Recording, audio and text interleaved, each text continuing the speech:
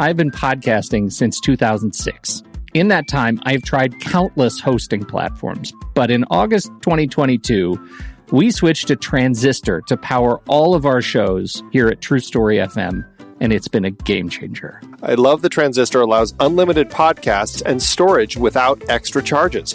We can publish so much content, and we do. If you want to start up a podcast, do yourself a favor and host your show on Transistor. With their one-click publishing, you can get your new show onto all the major podcast directories effortlessly. And their website builder lets you quickly build custom sites for each show. The detailed analytics are invaluable too. You can access all kinds of listener data anytime. Oh, and the versatile players allow you to embed episodes anywhere to reach new listeners. Plus, the team behind Transistor is super responsive and keeps making the platform even better. After using countless hosting services over 15 plus years, Transistor has been, hands down, the best podcast partner for us. If you want a hosting platform to take all the worry out of getting your podcast out into the world, go to thenextreel.com/transistor and check it out. Support our show and support your own show by going to thenextreel.com/transistor. Start growing your podcast today. It's hard to believe that we've been having in-depth weekly conversations about movies since 2011.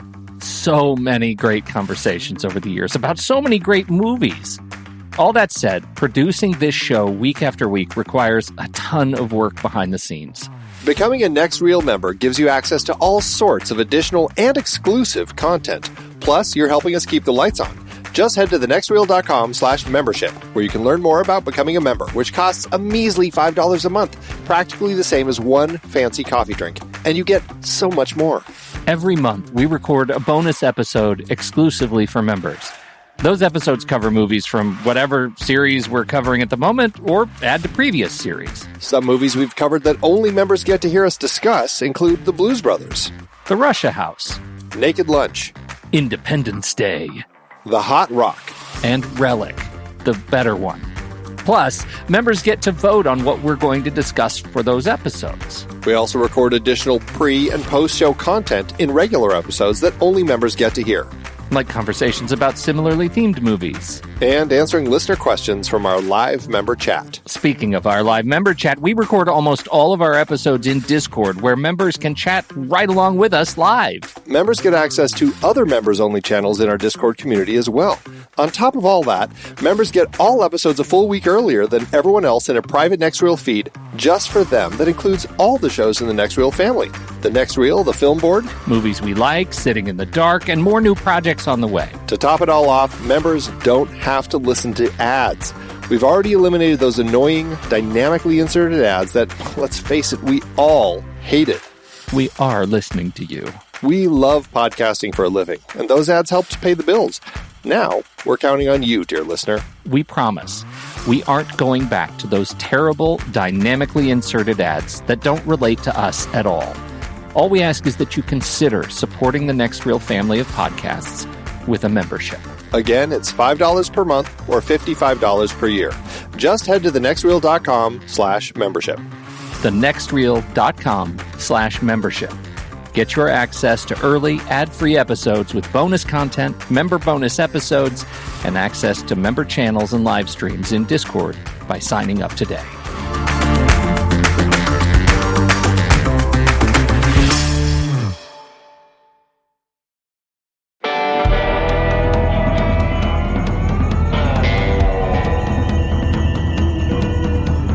I'm Pete Wright.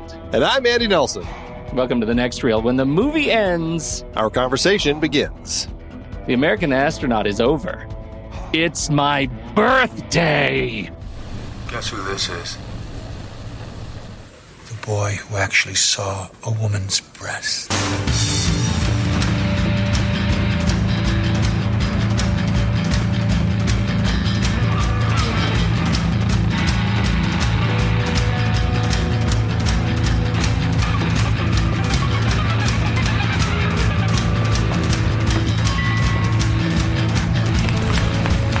He's a birthday boy.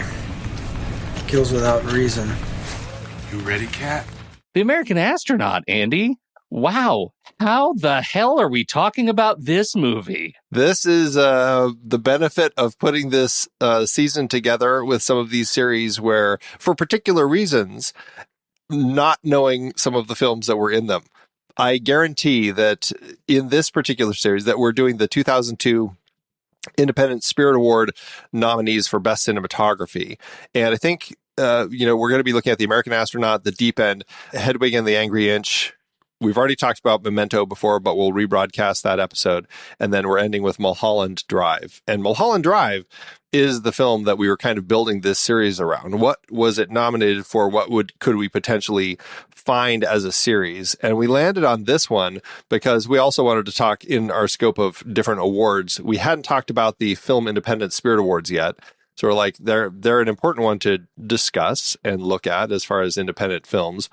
And in the process of putting this together, we end up with something like the American Astronaut on our list, which is, I'd say, a big win because neither of us, I don't know how else this would have ended up on the show if neither of us had never seen this one before, but I'm glad it was here. Yes, an extraordinary find.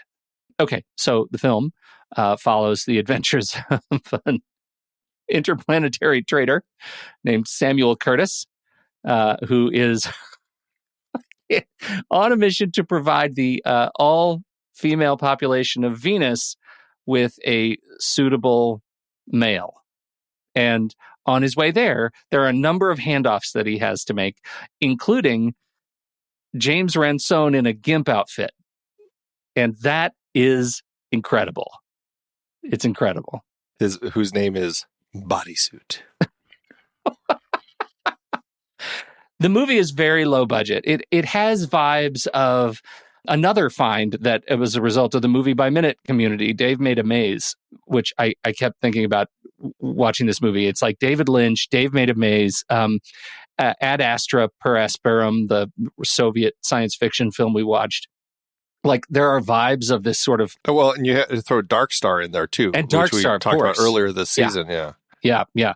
So it puts a bunch of things together, but it does it in a really surprising way, right? As a science fiction sort of musical Western comedy, it also has some low-key beautiful filmmaking in it. It's black and white, 35 millimeter, shot on 35 millimeter, and stark black and white. Stark black and white. And it's just really beautiful to watch, right? Am I alone? I was entranced by the imagery. It's beautiful to watch, and which made it all the more frustrating that the the existing version that seems to be, I mean, they released it on DVD, so if you can find a DVD, it's probably worth holding on to. But otherwise, it is like, it's on YouTube at 240p. So let me tell you, trying to watch that on an 85-inch TV isn't the best way. It's not the best way to do it. Blocky. Blocky is the word the kids use. It's blocky. It's mushy. Yeah. Mushy. Oh, God. But still, take that aside. When you get a sense as to what they were creating with the images in this, they crafted something. I think they did a really incredible job of allowing the low budget nature of the film to not end up getting in the way of what the production looked like. And by, in space, it's stark. You've got one source of light. And so when he lands on Ceres, the asteroid, to go to the bar, and you have that fantastic shot of his shadow and then eventually him kind of, slow hopping across the asteroid to get to the bar.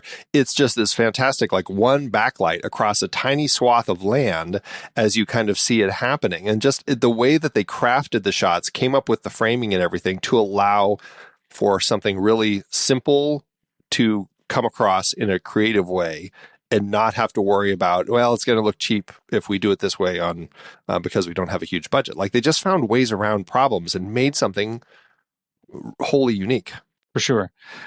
I think that is a great example. That entry to the bar is such a great example because it has such throes of like first, obviously David Lynch, but Paul Thomas Anderson, Wes Anderson, like I'm seeing framing and jumping from weird close-ups to weird backlighting to the hopping shadow that creeps into the frame. Like there are so many influences in this movie.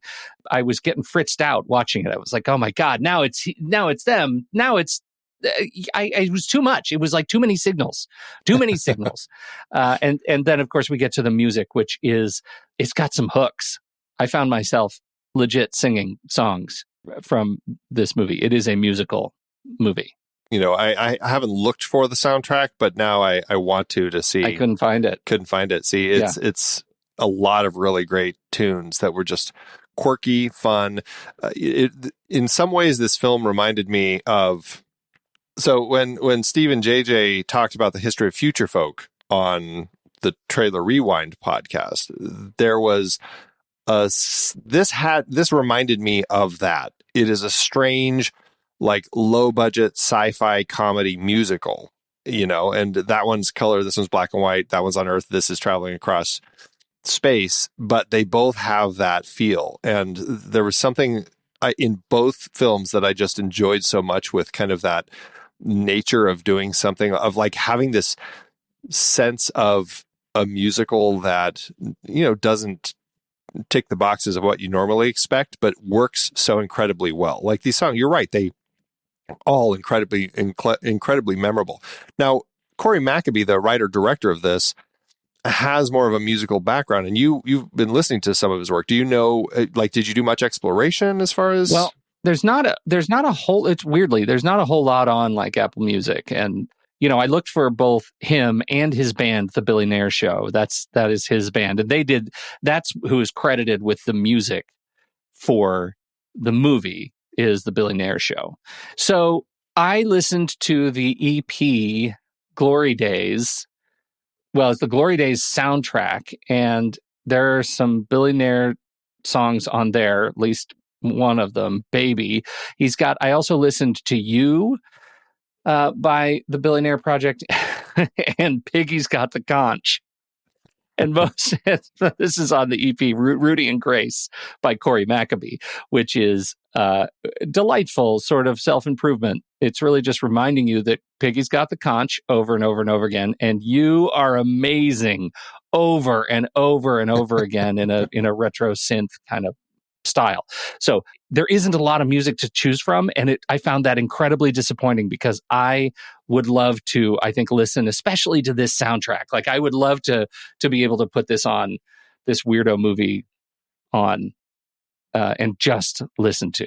The music is a lot of fun, and you know, it's just quirky, weird songs that because of the way they crafted the story end up fitting. You know, the vibe is, I mean, you know, we're in the science fiction world. You know, he's traveling to the asteroid Ceres, and then he has to travel to Jupiter. It's very fictional, obviously.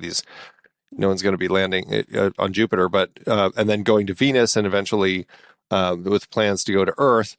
But it is very much a Western, and it is about a guy who, you know, cuts deals and makes all these plans and is basically taking packages and making deliveries for people. And that's his job, but it's done in a way where he feels kind of like that loner in the Old West, kind of getting these things done. He goes to this first bar that feels very much kind of an Old West bar. There's a musical dance contest. You've got, you know, like some things that start getting thrown in there. And so once you get a sense of this is the world we're in, it's not a surprise when two thugs walk into the bathroom when he's taking a crap and do a dance number outside of the stall, then take his picture and then leave. Like that wasn't a surprise. It's like, this is the world that we're in. It's very strange. And same thing when you get to Jupiter and you have the whole performative nature of Johnny R up on the stage in front of everybody talking about like the boy who saw a breast, you know, and he's kind of like the one man who actually had seen a woman's breast when he was young.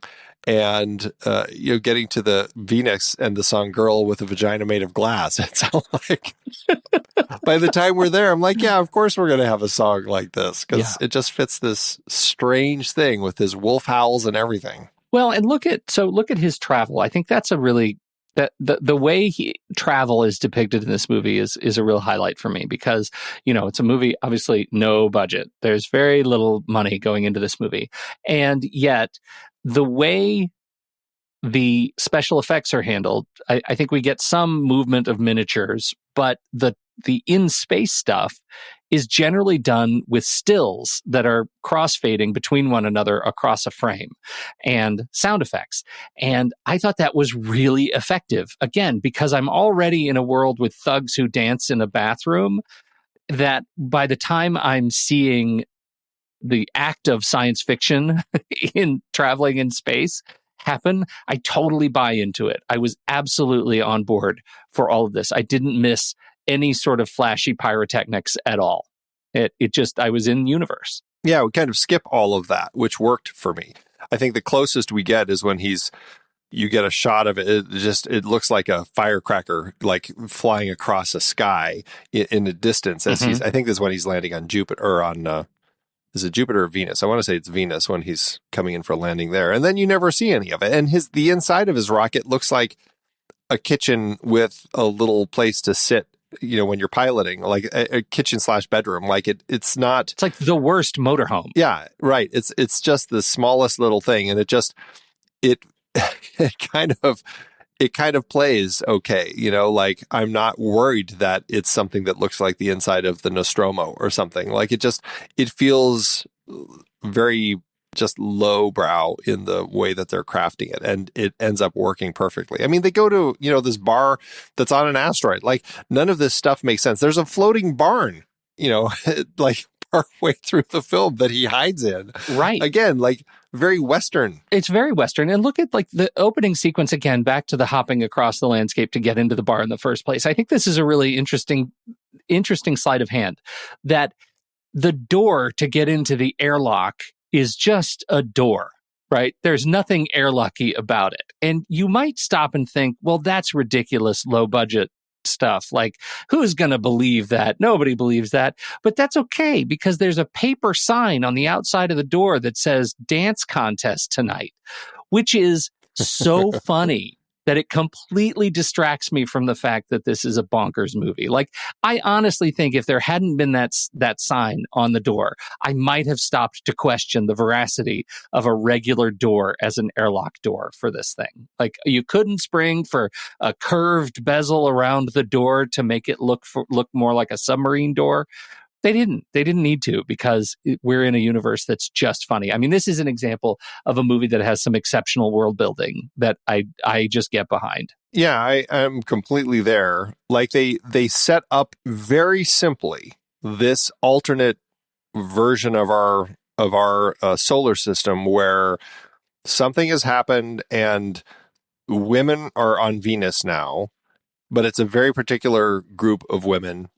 The story about why they need a man periodically is great. Like, the women don't need men anymore, but they can't just breed with themselves, because after a certain number of generations, even they get too snippy for the women to deal with.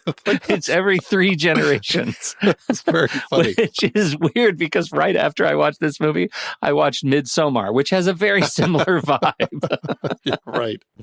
So all the women are on Venus, but men in this universe seem to be kind of largely everywhere else. Like in this asteroid bar that we go hang out at, there are no women. Everybody imagines what a woman must be like, and it's like this ideal image that they have in their head. And that's why all of these miners on Jupiter, that's why the guy who runs the mine keeps the boy who saw a breast around, because he's like the highlight. He comes out and does this whole show just to talk about what a breast is like. And so you're setting up this strange universe or strange solar system, but it all made sense. And it didn't require a lot of exposition either. Like, it was fairly simple as far as the way that they kind of gave us the points as far as who's where, what's going on, these trades that had to be made and everything. And I got it. Like, it was a very simple world building done in a way that made sense, and it worked. Yeah, I think so too.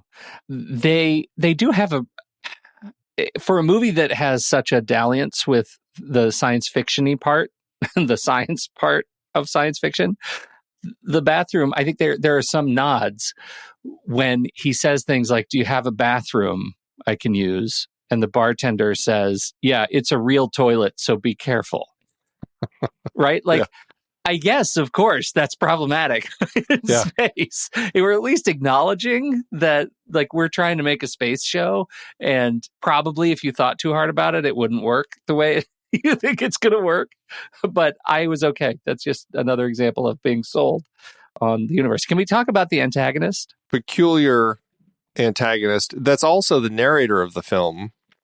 And that's actually an element that I want to talk about a little bit too. But yeah, let's talk about our antagonist for a little bit first. So this is Rocco Sisto as Professor Hess. The way I understand it is he's upset with our principal gunslinger because he wasn't wished a happy birthday. And so he's chasing him down to get a happy birthday out of him. I don't think that's why. It sounds like he's okay killing anybody as long as, what did he say? As long as he had kind of forgiven them or something like that. I can't remember the thing. And that was the thing. Like, he's perpetually chasing Curtis. Here it is. He's capable of killing only without reason. He can't have any conflict or unresolved issues with your intended victim. He is pursuing Curtis in order that he might forgive him. And then once that happens, he'll be able to kill him. Then he'll be able to kill him because he can only kill without reason. I don't know if it's even fair to ask this question, but I'm going to try it. How does that sit with you? In the scope of this world, it really was fine. It doesn't matter at all. Yeah. It's such a strange thing. I mean, I absolutely delighted in seeing him use his, I don't know, disintegration gun, I guess. Like, it made me go back to the I'm so glad there's a disintegration gun. Oh my gosh, what were they in Captain America, the First Avenger, when we talked about that on Marvel Movie Minute? We had the rotor marks and when Red Skull was blasting everybody, we had the piles and the marks. Yes, right. The blue goo smears. Yeah, rotor marks and Schneider piles. Schneider piles. Schneider piles. Outstanding. Who comes up with this stuff? Right. Yeah, I thought that was a really clever bit, and he's constantly like wiping it off, but he carries it. It's not like he's wiping it off for fingerprints. He keeps putting it away. I don't know why he keeps wiping it off. Well, and is he wiping it off because it gets the dust on it? But then he's rolling around in the dust and kicking it when he gets to Jupiter. Like, he is reveling in all of the death that he has wreaked there. So I can only imagine that he's not too worried about his weapon being dust free, but yeah, I don't know. I thought that was great. I thought it was a great, I think he's a fine antagonist.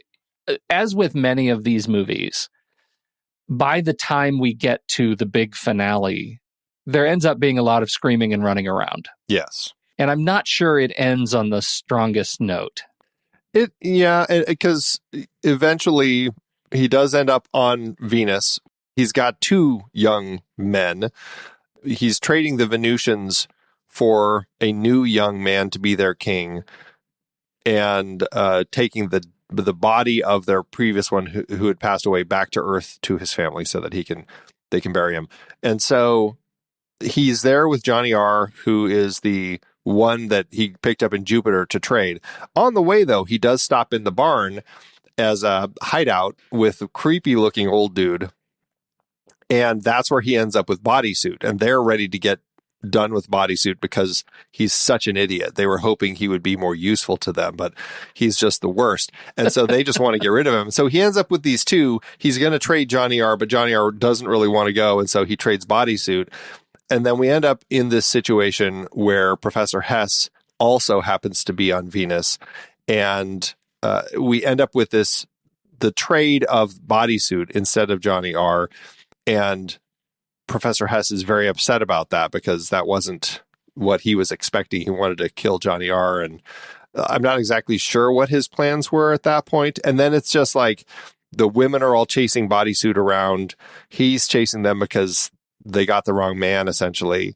And that's kind of it. And then our hero gets to leave with the body. And it felt like they weren't exactly sure how to make the ending work right. And so they kind of came up with something that it did check the boxes, but it didn't give me the fulfilling ending that I was hoping for with Professor Hess. Well, and I think that's it. Like, I think the other layer is they realized they needed to check all the boxes, and it just felt like they didn't really care.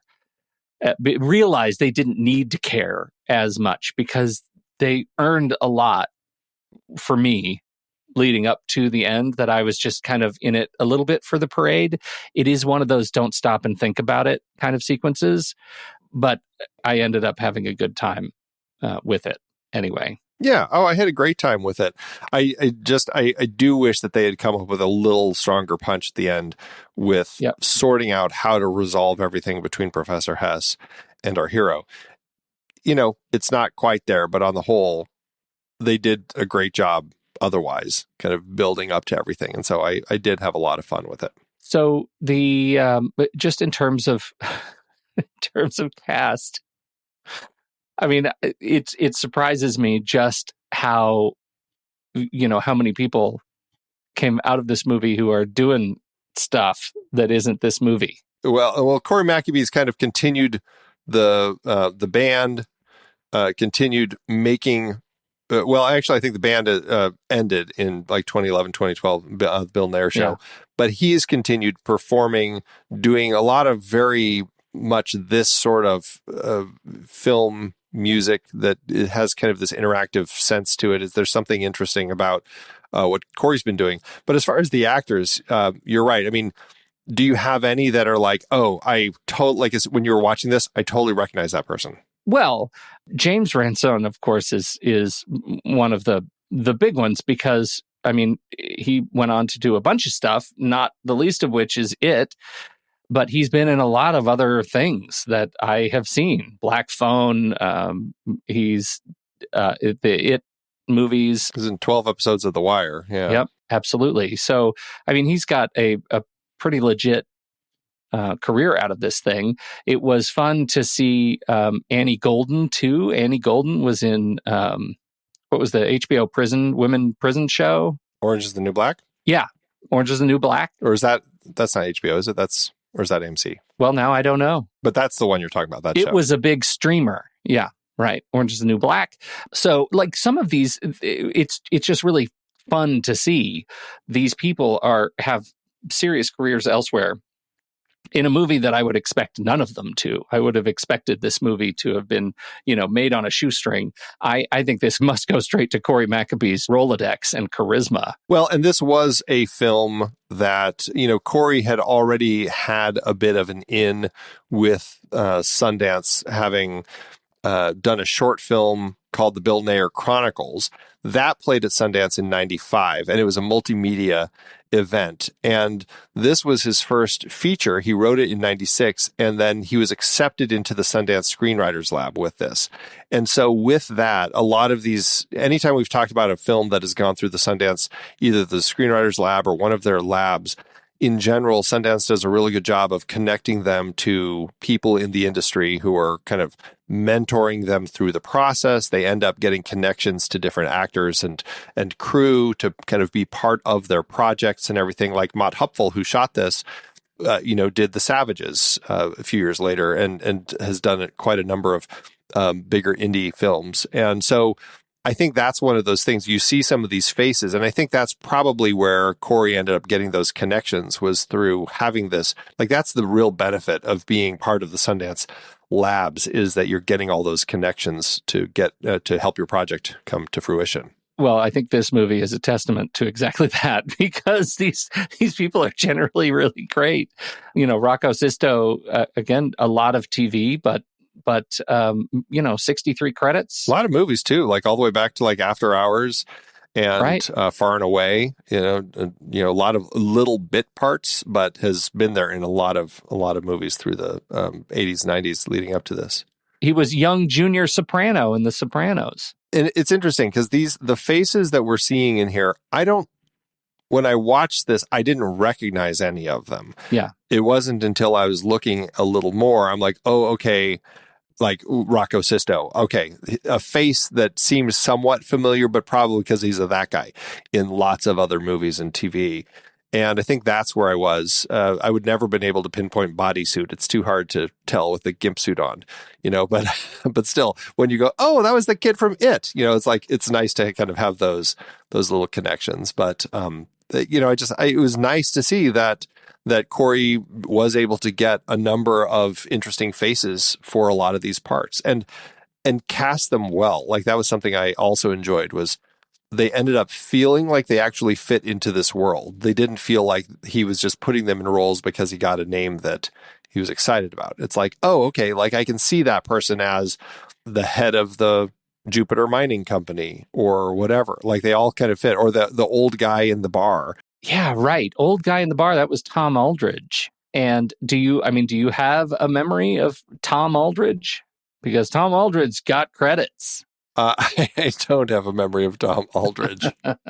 Well, I don't have a long history of Tom Aldridge. He was also in The Sopranos, so we got a couple of Sopranos vets. But mostly what I know him as is Uncle Pete in Damages, which was an awesome show that was really dark and made me feel dirty at the end of it. But it was the Glenn Close, Rose Byrne. She was the young attorney, and he was Uncle Pete, and was kind of the cleaner up guy. And I thought he was fantastic. Yeah, he's been in lots of things, lots of different film, TV. Assassination of Jesse James by the coward Robert Ford. That's a very high movie for me. He was in Batteries Not Included.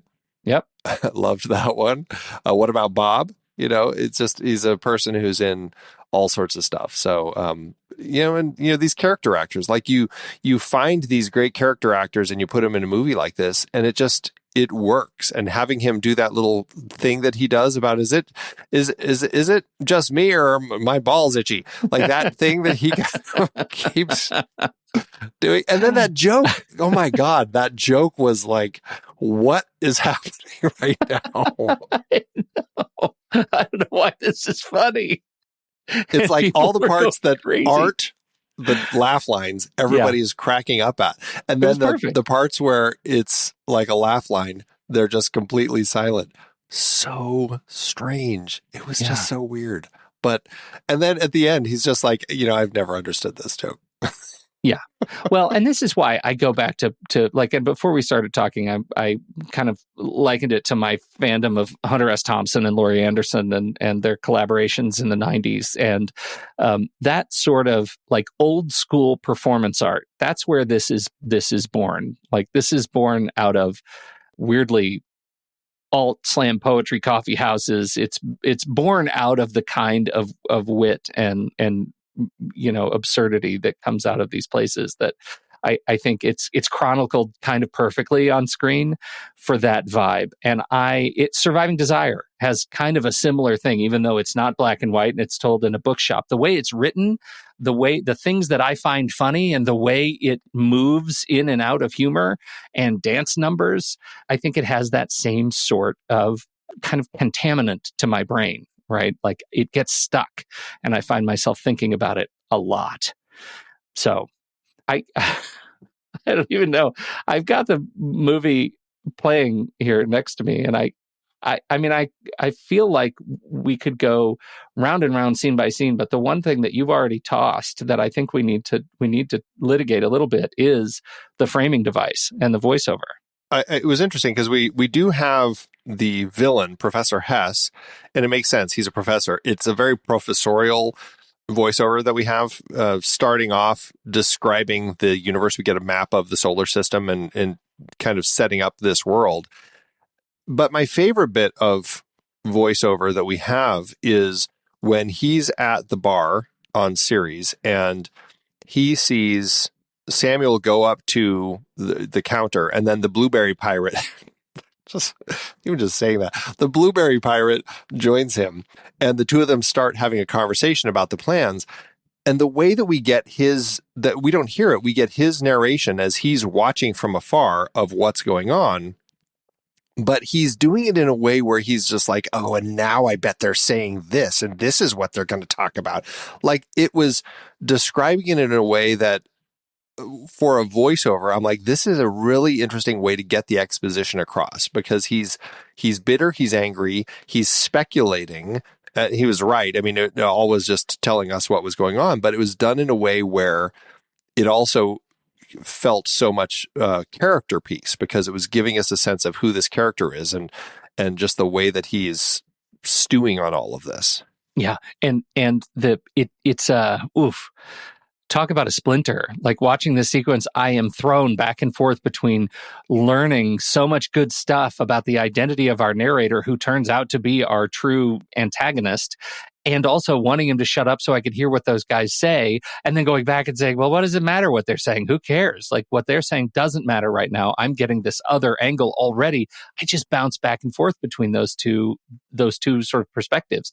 And I think it really, really works. I love that the narrator gets to push identity through the narration and push perspective more than just here's what's happening on screen. I think that was a perfect way to handle this voiceover. Perfect. More should do that. The kid in Soul Food should have been more opinionated. Right? Like, that's what we need.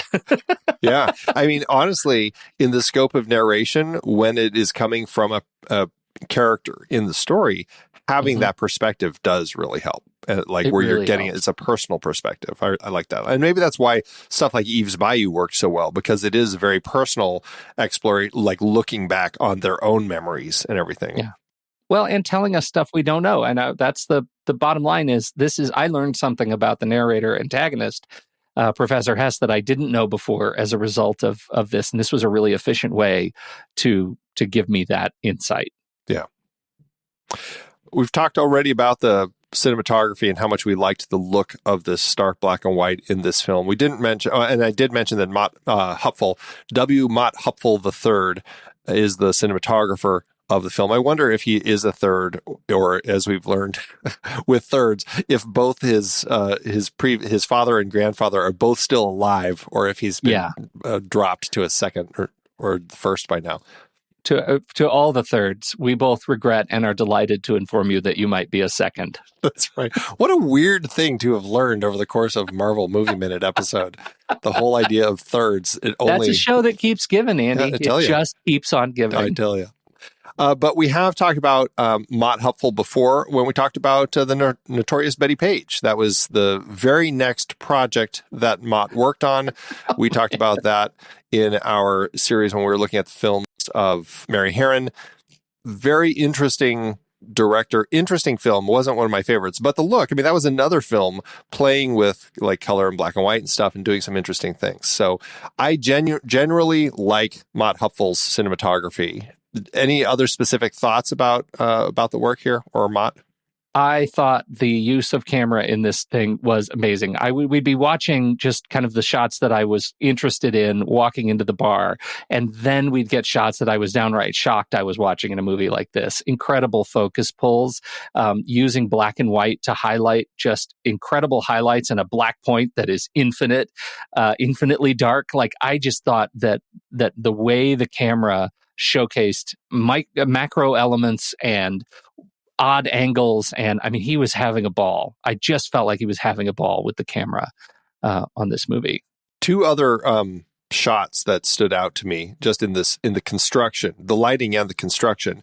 One is and they're both in the bar. One is earlier on, and it's when, and I can't remember the specifics. I think it's when Samuel comes in and is talking to, I can't remember, but it's just a shot of the wall, and then you're watching their silhouettes, the two silhouettes as they have their conversation.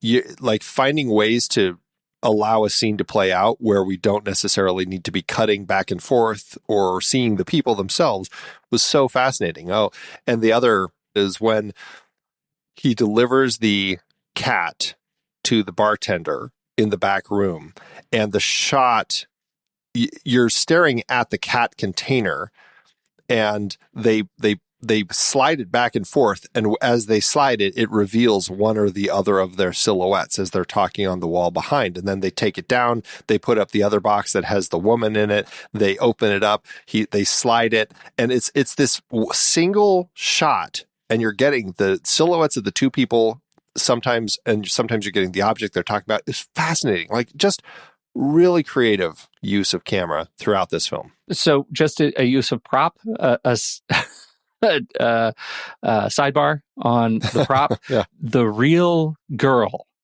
in the tank briefcase. Unsettling.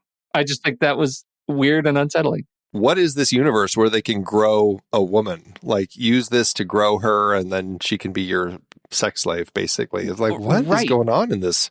Yeah.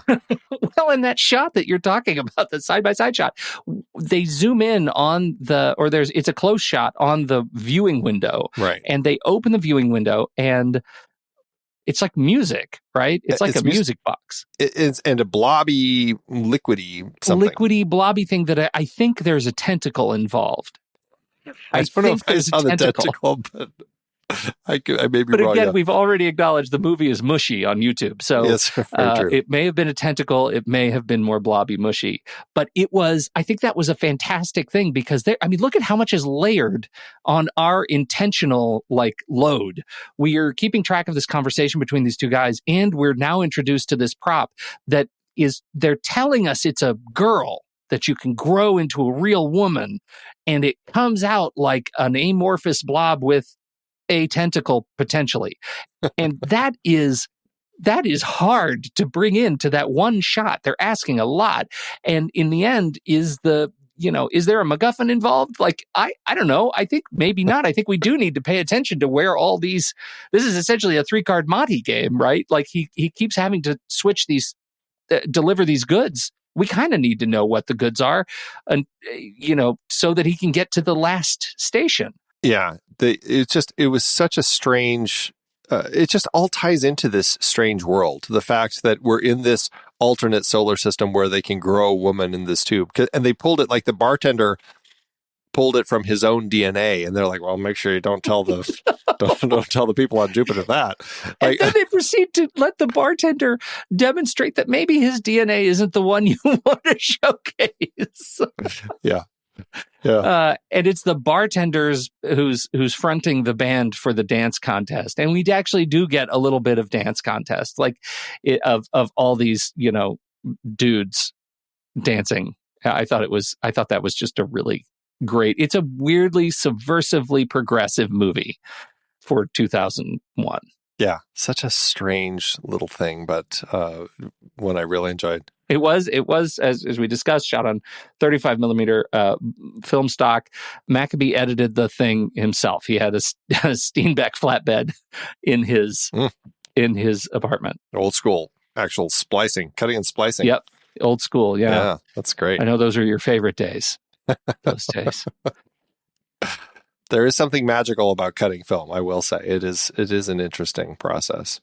Those were the sound effects. A lot of it was done using some truly vintage analog synthesizers and found sounds. Like it sounds like the sound bed or soundscape was really meticulously put together, and you can hear it. I thought it was wonderful. The music, the Billy Nair show we talked about, the songs were recorded live on set during filming, which how you feel about recording live on set depends on sort of the kind of jam you have and the kind of experience you have playing live. But he had a controlled set, and he has lots of experience doing live shows, and that seemed to make a lot of sense. I think it turned out just straight up ingenious. Yeah, no, it's a very clever, unique thing. And like some actual songs, and then you have the one where they're like, it's the songbook, and they're looking at that song, Rio Yeti. Like one of them is just like, Rio Yeti, and the other was, no. Like, yeah, what a weird, weird little scene. Because they were starting it on the wrong syllable, right? Yo Rio Yeti. Yeah, it wasn't right. There was something wrong about it. and then they would switch parts and take turns screaming. And that's the song, apparently. Yeah, that was it. Yeah. Yeah. strange. I don't know if that one has ever been released. I don't know. It's a very performative moment in the film. Yeah. That was very funny. And clearly Bodysuit was actually getting into it. Oh, God. Ransone. Everybody in here just totally committed to the bit, right? People with lots of credits behind their names jumping into this thing and totally committed to the bit. I think it's an exuberant expression of fun in filmmaking. That I think is why I don't is it a 5-star heart movie? I don't know. We'll see. But whatever it is, and I think I texted you this. Andy, I don't know what I'm watching here. I don't know if I love it or hate it, but I absolutely love watching it. And that, I think, is a real testament to a fun film. Great film. Well, it makes me wonder what the future is for this strange little movie. Like, are they going to try doing any sort of better release at some point? Or is Cory just kind of moved on and past it now? I just don't know. There is the AmericanAstronaut.com website where you can buy a lot of things that Cory has done. Some of them are digital, some of the other projects like Stingray Sam, but not the American Astronaut. You can buy the DVD still of that film, which is 640 by 480, even in the iTunes compatible version of it. But it does make me wonder, are they, it's shot on 35. This seems like this would be a great film to do some sort of an upgrade with. Sure. Yeah. So I don't know. I hope so, because I would love to see this nice and clean. I think it would be a beautiful film to look at. And it would be a really fun one to revisit. I 100% agree. Yeah. Great. Anything else, or should we plug on forward? I say we plug forward. All right. We're going to try and make that a thing. Yeah, so plug on forward. Hey, everybody, plug forward. All right, we'll be right back, but first, our credits.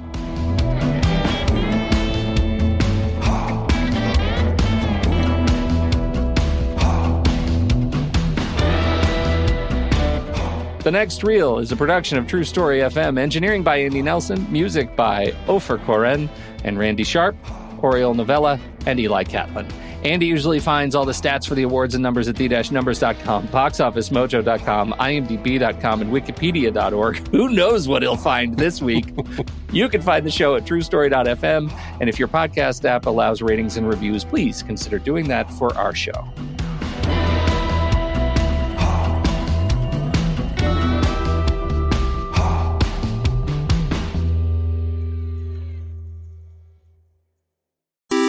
Andy, according to my friend Internet, this is what Letterboxd is. Letterboxd is a global social network for grassroots film discussion and discovery. Use it as a diary to record and share your opinion about films as you watch them, or just keep track of films you've seen in the past. Showcase your favorites on your profile page. That is a lot. You bet it is. That's why I want you to tell our fair listeners just one thing you do with Letterboxd that has changed the way you watch movies. Let them have it. Okay, are you ready for this? So ready. I love lists. As of today, I have 246 lists in my account.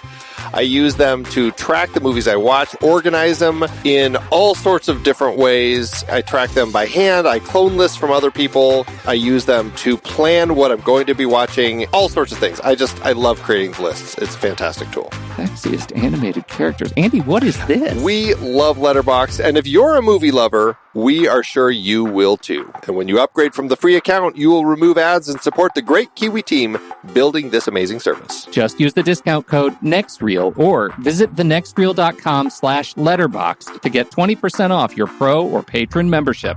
And it works for renewals as well. All right. So we go on the hunt for awards. Tell me it got something. It deserves something. It did, although very limited release, very independent film. It's not going to get a lot of notice. Probably they didn't have a lot of money to put into publicity. But still, it did get 2 wins with 2 other nominations.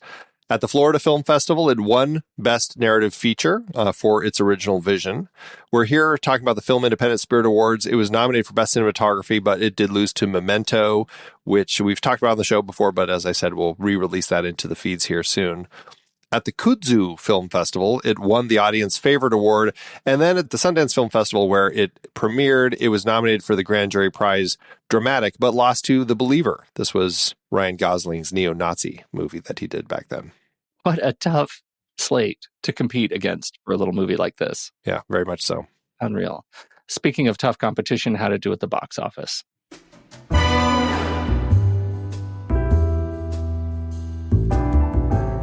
Well, you said it, like many indie films, particularly ones that don't get much of a release, there isn't a whole lot out there for this particular film. I did find this website I've never heard of before called Alcatron. It's a social media website. It said that McAbee had somewhere between 1 and 2 million, which for an indie film is a pretty broad spectrum, like a wide range. I'm just going to say 2 million for our purposes here, which is about 3.6 million in today's dollars. The movie premiered at Sundance January 2001 and played at a few other festivals before an NYC debut September 21st and out in LA October 5th. Then a very, very, very limited release starting October 12th, 2001 opposite The Musketeer, Two Can Play That Game, Rockstar, and Soul Survivors. This did not make a dent at all, earning only $33,884 domestically. That is about $60,652 in today's dollars, leaving it with an adjusted loss per finished minute of $38.6 thousand. Still, it doesn't happen often where I post that I watch something and I have a lot more people than I'm used to going, "Oh my God, that film! What a crazy little experience that was!" Like, this is a film that sticks and certainly warrants a cult audience to really push for a bigger re-release. Absolutely. Absolutely. I would love to see this 4K. Yeah. That would be on gorgeous. The bigger screen. Yeah. Perfect. Strange little film. And I'd love to, I guess you can buy the CD, the physical CD of the soundtrack. I did see on Amazon, but it would be a fun one too. This would be a fun one to have like in an actual theater. Like, yes. I just feel like the audience would really, really enjoy it. You know, that Harkins, the Harkins freezer. I'd see it there. That'd be fun. That would be a lot of fun. Yeah. Yeah. All right.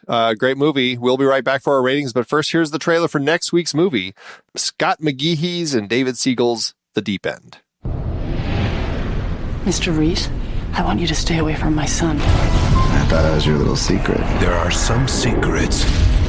He's my friend, that's all. That can never be told. Well, he may not be the friend you think he is. He's dead. He was killed, and now he was here. There are some mysteries. They're saying someone murdered him. Do you think the police will want to speak with you? That should never be solved. I came to talk about Darby Reese and your son. What exactly is it you want? And there are some choices.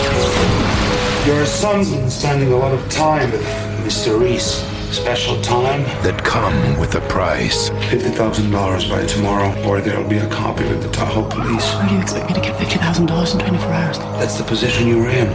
Tilda Swinton's performance is a thing of beauty. I just want to know what happened. Do we have to talk about this now? Just let it go.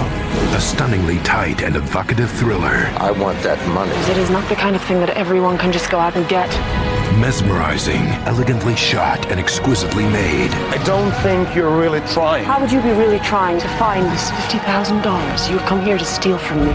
Tilda Swinton creates a masterful performance. I'm not sure you understand the situation. Maybe I should take a page from your book. Maybe I should blackmail someone. And Goran Vishnik gives a remarkable performance. Just keep your family away. Once she looks beneath the surface. What's going on? It's not what you think. How do you know what I think? She doesn't know where it will lead. I asked you to handle this. You did not. Who it will touch. If I could make him go away, I would. Why are you doing this? Or how deep it will go. Margaret, stop! I'm sorry for all of this. We have no choice now. Fox Searchlight Pictures presents. I can put an end to this, to all of this. Whatever happened that night is over. Put all this behind you as if it never happened. The Deep End. Romantic, it's for you.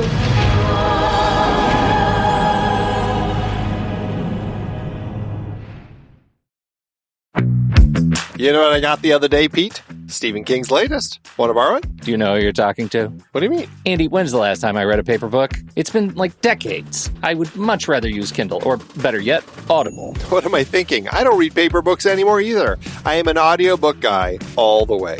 For those of you looking to listen to the books behind the films we talk about here on The Next Reel, Get a free audiobook download and 30-day free trial at thenextreel.com/audible. It's the way to go. Season 13 is a fun one, looking at various awards categories over the decades, from Best Picture nominees to cinematography, adapted screenplays to visual effects. And a good number of movies we're discussing started out as books or plays that you can read now on Audible. 1940 Academy Awards Best Picture nominees Of Mice and Men and Wuthering Heights. What a great way to start this season. In other series, we also covered The Killers, based on Hemingway's short story. A Place in the Sun, Strangers on a Train, A Streetcar Named Desire. Beckett, A Boy and His Dog, The Princess Bride, Congo. The Scarlet Letter, Jackie Brown, The Woman in Black. So many great movies from so many great sources, and they're all on Audible. Producing this podcast is a lot of fun, but takes a lot of time. We've dropped the dynamically inserted ads because they're so annoying and have no connection to our content. Plus, they just jam those things in wherever they see fit. We listened to you when you said you didn't like them, so now we're directly appealing to you, our dear listener. Please consider an Audible subscription to help support The Next Reel and our family of podcasts. I have been using Audible along with my family for decades now. I love it, and I have read hundreds of books through it. I couldn't be more pleased with their service, and I know you'll love it too. Head to thenextreel.com/audible and get your free trial. It really helps us out, and you have a world of over 200,000 audiobooks open to you. So much great material available. Dive in with a free 30-day trial at thenextreel.com/audible. Start listening to amazing audiobooks of your favorite movie source material with your first free audiobook today. That's thenextreel.com/audible. Letterboxd, Andy. Oh, Letterboxd for this movie. Oh, is it going to be tricky or fun? Or tricky and fun. It is a tricky one to rate. I mean, I do have issues with the film, like we talked about with the end. It just it didn't quite hold up. Yeah, through that last bit. But I had such a wonderful time watching this strange world that was being created here. This is like a great movie that I feel the 3.5 rating works well for this zone of film that I enjoy. It's not a perfect film, but there's something just I love about those experiences. Yeah, I think so too. I think the real question for me is, as a no half stars guy, like, is it 3 stars but a much bigger heart, or 4 stars? Either way, it's getting a heart. Who are we kidding? I really enjoyed my time with this movie, but you know, between 3 and 4 stars, like I think I have to go 4. And that, I don't want to look at any of the other movies that I've rated 4 stars after I do that. Like, I'm just going to close my eyes and walk away. But I think I'm going to go 4 stars. Is that crazy? Hey, there's kind of a second question, though, and it's something that JJ and Steve used to do regularly on Trailer Rewind, which I think was a really nice addition to their show and a good addition to this movie. Who in your life do you think you would recommend this movie to? It's funny that you say that, because the first person I was like, I have to tell Steve to watch this. I know. This just seemed so right up his alley. Yeah. It's a quirky one. I think my sister would enjoy it. I think this is one I could tell my sister to check out. I think she'd have fun with it. Not one for the parents. I don't think that they would get into this kind of strangeness. Yeah. It's for people who can appreciate a strange level of comedy in kind of that, with that independent spirit. It's more of my film friends than family. Yeah. Independent spirit. You might think you would nominate it for an award if one so existed. Right. For that independent spirit. I think, you know, it's interesting. My son is coming into movies, you know, and he's really thinking a lot about his relationship with movies and telling stories on film, and he's shooting his first short right now. I think he might actually truck with it. I think it's funny enough that I think it'll get it, and weird enough that I think it'll get by the, you know, old school black and white. I think that's the thing where I'm working with my son a little bit, just like, hey, film existed before, you know, YouTube Shorts. Yeah, right.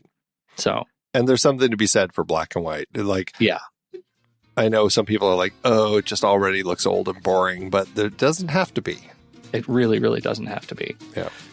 Okay. Lots of fun with this one. Glad we added it to the list. Looking forward to the series. So, what did you think about The American Astronaut? We would love to hear your thoughts on this one. Hop into the Show Talk channel over in our Discord community where we will be talking about the movie this week. When the movie ends, our conversation begins.